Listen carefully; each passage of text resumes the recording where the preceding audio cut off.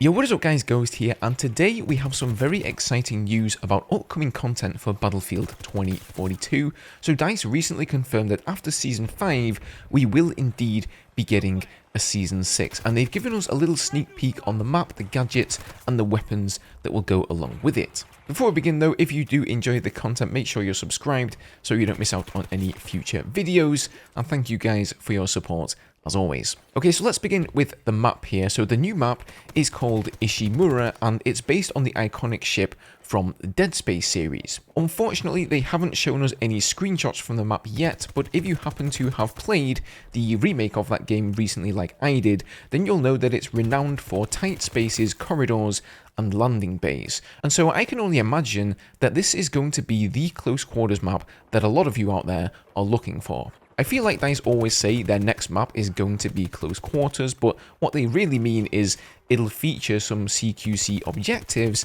and then it really turns out to be a bit of a camp fest for the most part. Flashpoint, I'm looking at you. However, this time around, I think this map really will deliver on that experience. I can only assume that the flags here will be based on some of the hangar bays and larger areas like that, and hopefully we'll be able to use the air vents to traverse around the ship from flag to flag. That'll actually be pretty awesome to see.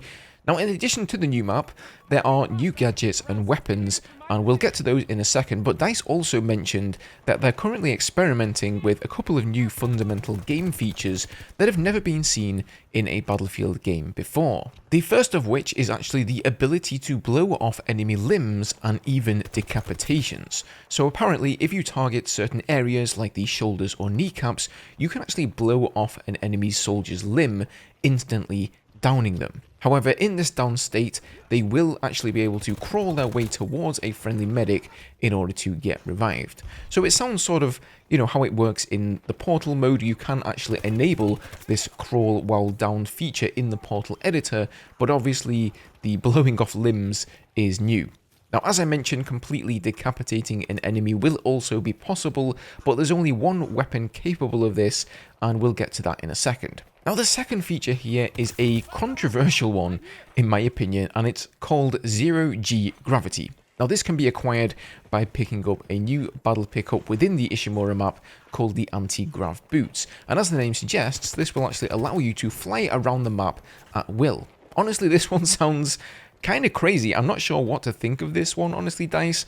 The implications of being able to fly around the map as a soldier are huge. Surely we're going to have Sundance nades raining from above and people simply flying up to helicopters and jets and instantly gunning them down with small arms fire. I honestly don't really see how this can be balanced. Although, I can see the fun of it, I'm sure this will lead to some really epic flanks. Furthermore, you'll probably be a very big target for every sniper on the map. As we all know, if you're wingsuiting as Sundance or parachuting in, a lot of the time you get sniped out of the sky, so perhaps it won't be as OP as it sounds. Now, moving on to the new weapons, we'll be getting the SWS motorized pulse rifle, the C99 Super Collider contact beam, and the iconic plasma cutter, which will actually result in a decapitation upon headshotting an enemy. However, you will have to reload it after each round fired, so you can sort of think of it as a bolt-action sniper rifle of sorts, very effective with a shot to the head, but it will make you pretty vulnerable. And then finally here we have a new gadget for Season 6, the Stasis Module. So the description for this one reads, "The Stasis Module is used to temporarily slow all motion of both organic and inorganic material relative to normal time, and functions by creating a temporal stasis field in a designated volume around the targeted object. Commercially, it is used to slow down dangerous malfunctioning equipment until it can be repaired or replaced." So I think the idea behind this gadget, if I'm understanding it correctly, is that it'll create a stasis bubble completely slowing down an enemy soldier, and that goes for their movement speed, aiming speed, ADS speed, and even reload speed. Honestly, I have reservations about this gadget as well. I just can't see any world in which this is balanced. It just sounds like an instant I win button for whoever gets their stasis off first. I mean, sure, it'll look cool and cinematic to see two soldiers fighting it out in stasis. I don't think anyone's going to debate that, especially if the bullet travel time is slowed down. But somebody's just going to come along and get a couple of easy kills. So whilst this is a nice idea, DICE, I really think they should go back to the drawing board with this one.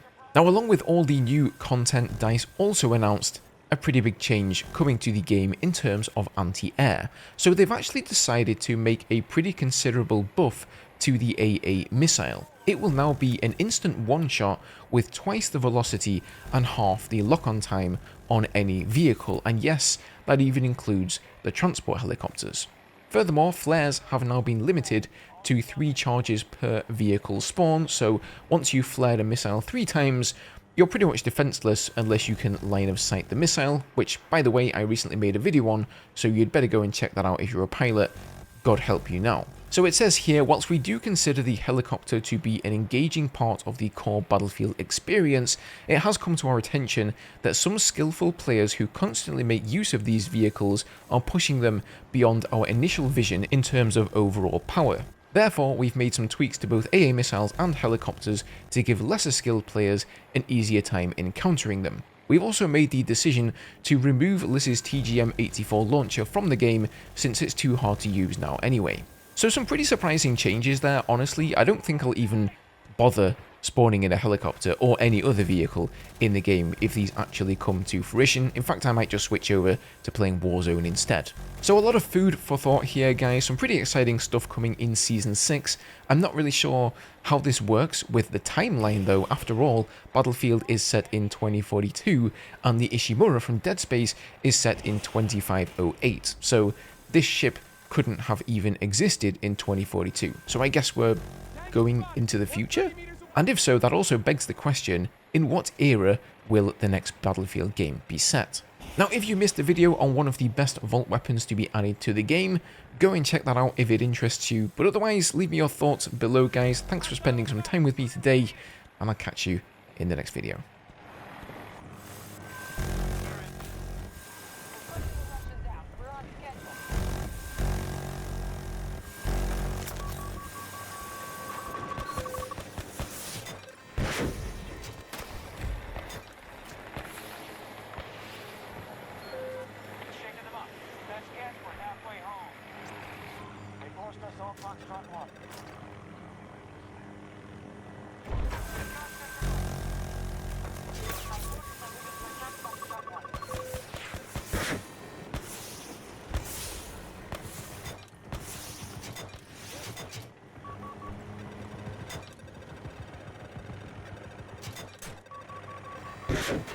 Fucking shit!